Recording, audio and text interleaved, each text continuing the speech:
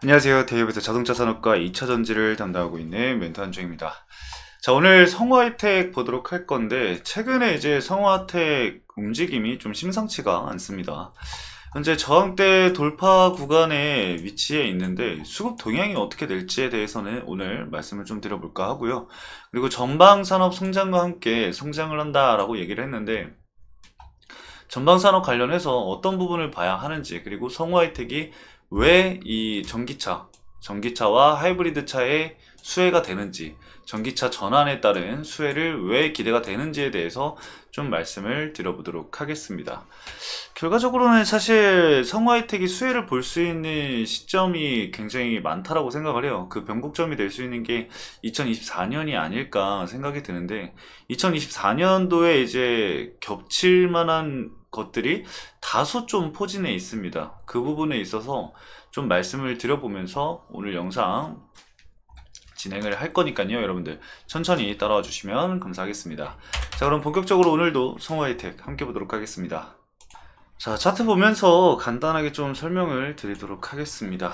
자, 오늘 1.65% 상승을 하면서 마감을 해줬는데, 제가 말씀드렸던 박스권 내에서의 움직임이 계속해서 나오고 있습니다. 그래서 이 박스권 내에서의 움직임이 굉장히 중요하다라고 말씀을 드렸었고, 장기 입형 구간을 지켜주면서 저점을 올려주면서 상승하고 있다라는 것이 굉장히 긍정적으로 우리가 해석해 볼 수 있다라고 말씀을 드렸었어요. 그래서 이거는 계속해서 좀 지켜봐야 될 부분이기 때문에 이전 물량들을 어떻게 소화할지는 우리가 앞으로 지켜봐야 될 부분 중에 하나겠죠. 매물대가 좀 두터운 구간이기 때문에 이 시점에서 물량을 어떻게 소화를 할 것이고, 그리고 추가적인 주가 상승이 나왔을 때, 저항대를 돌파를 해줬을 때 과거에 있었던 이런 고점에 있는 물량들은 또 어떻게 소화를 할지는 앞으로 좀 지켜봐야 될 부분 중에 하나입니다.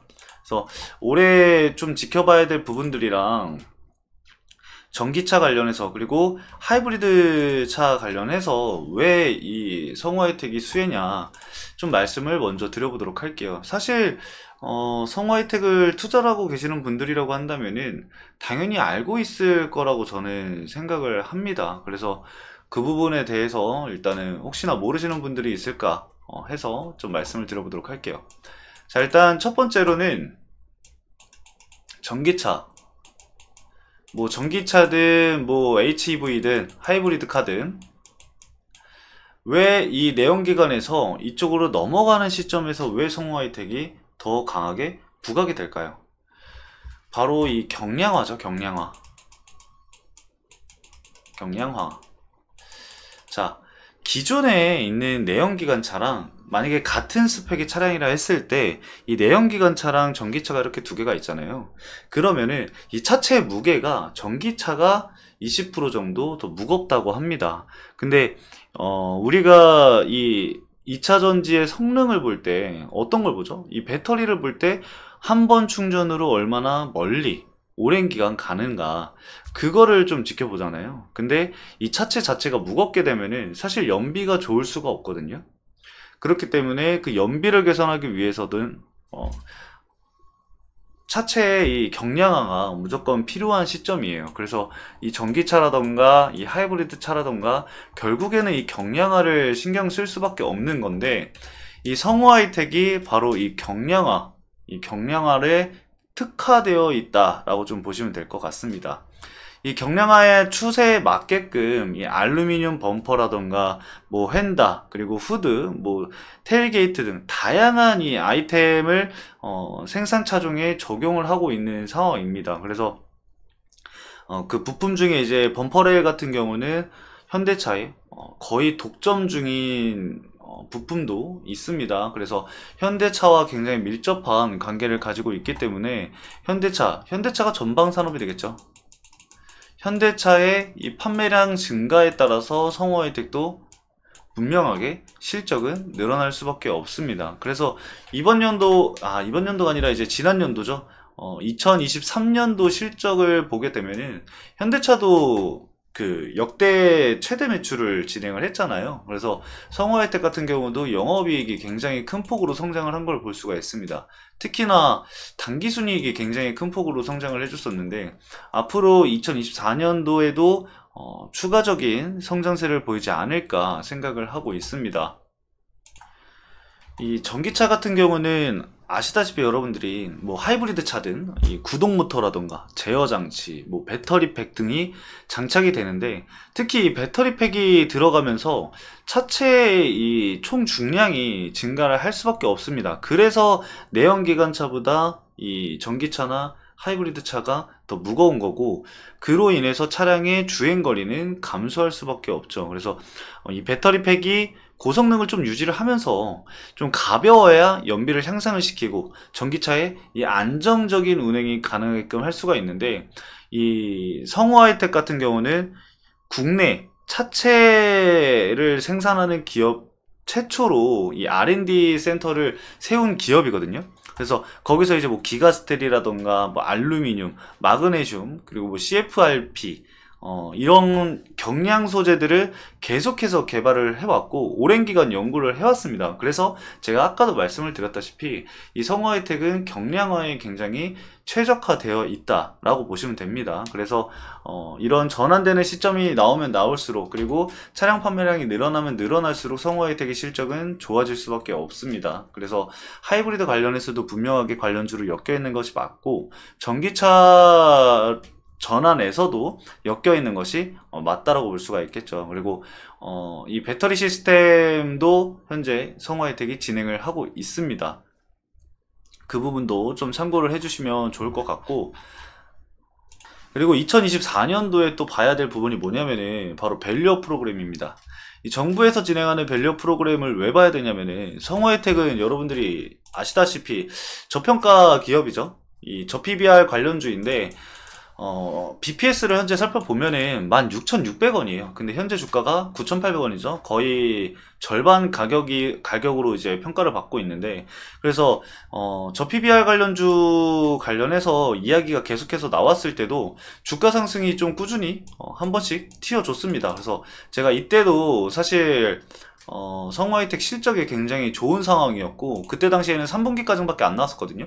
이 4분기 잠정 실적이 나오지 않은 상태였음에도 불구하고 이 해당 실적이 이어진다라고 한다면은 작년 대비해서 YOY 큰 폭으로 성장을 할 것이다 라고 말씀을 드렸습니다. 그래서 4분기 잠정 실적이 나오는 시점이 주가 상승이 나오는 시점이다 라고 말씀을 드렸었는데, 이때 주가 상승이 한번 나왔었죠. 이후에 뭐 조정은 나왔었지만 현재 다시 또 자리를 만들어가는, 제가 봤을 때는 현재 이 시점들이 다 물량을 소화해 나가고 있는 과정이다 라고 좀 보시면 될 것 같습니다. 아무래도 좀 매물대가 어느 정도 형성이 되어 있는 상황이기 때문에 물량을 소화해주는 구간이다라고 보시면 될 것 같고, 그래서 이 저점을 높여가는 모습들이 굉장히 유의미하다라고 볼 수가 있겠습니다. 그래서 저항대는 11,000원 정도로 여러분들이 좀 체크를 해두시고 보시면 좋을 것 같아요.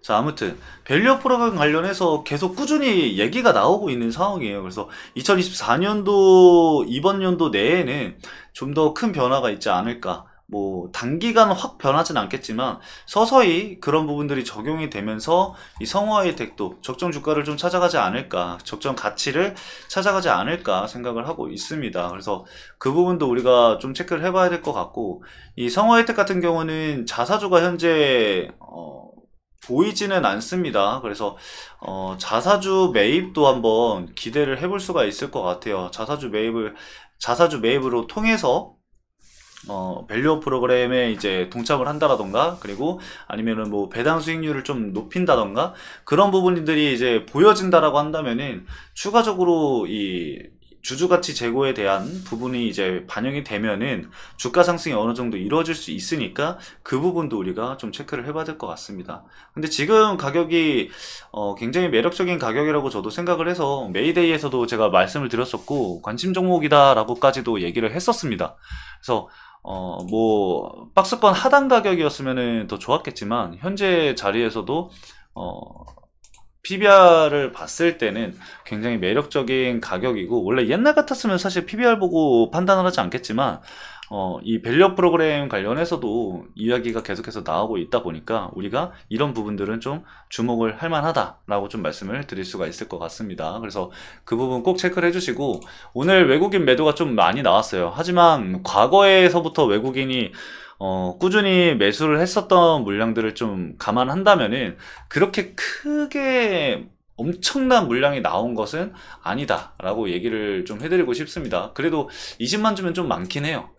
20만 주면 좀 많아서 과거에 이제 매수세가 유입이 됐었던 외국인 증권계 계좌 쪽에서 물량이 또 다시 나오는지는 좀 체크를 해봐야 될 것 같아요. 골드만삭스 같은 경우는 한 30만 주까지는 매수를 했었는데 이후에 조금씩 차익 실현을 진행을 하면서 현재 17만 주, 18만 주 정도를 보유를 하고 있는 상황이에요. 그래서 추가적인 매도 물량이 나오는지는 일단은 체크를 해봐야 될 것 같고, 성화혜택 같은 경우는 주가 상승이 강하게 나올 때마다 외국인 수급 영향을 좀 많이 받았었어요. 그래서 기관 쪽보다는 외국인 자금을 좀 집중적으로 체크를 해주시면서 대응 전략을 구상해 나가시면 될 것 같습니다. 기관 쪽은 사실 여태까지 계속해서 매도가 나온 상황이라 크게 기대하기는 어렵고, 외국인 수급을 좀 체크를 하시면서 제가 말씀드렸던 이 가격대 돌파하는지 그 부분만 체크를 좀 해주시면서 지켜보시면 좋을 것 같습니다. 자, 오늘 성화이텍 여기까지 간단하게 좀 말씀을 드리면서 이후에 이제 성화이텍에 좀 유의미한 주가 움직임이 나온다던가 아니면은 뭐 유의미한 이슈가 있다라던가 한다고 한다면은 그때도 제가 또 해석해서 말씀을 드릴 거니까요. 참고해 주시면 감사하겠습니다. 자, 오늘도 시청해 주신 여러분들 너무나도 감사드리고요. 저는 다음 영상에서 더 좋은 내용들을 가지고 찾아뵙도록 하겠습니다. 감사합니다.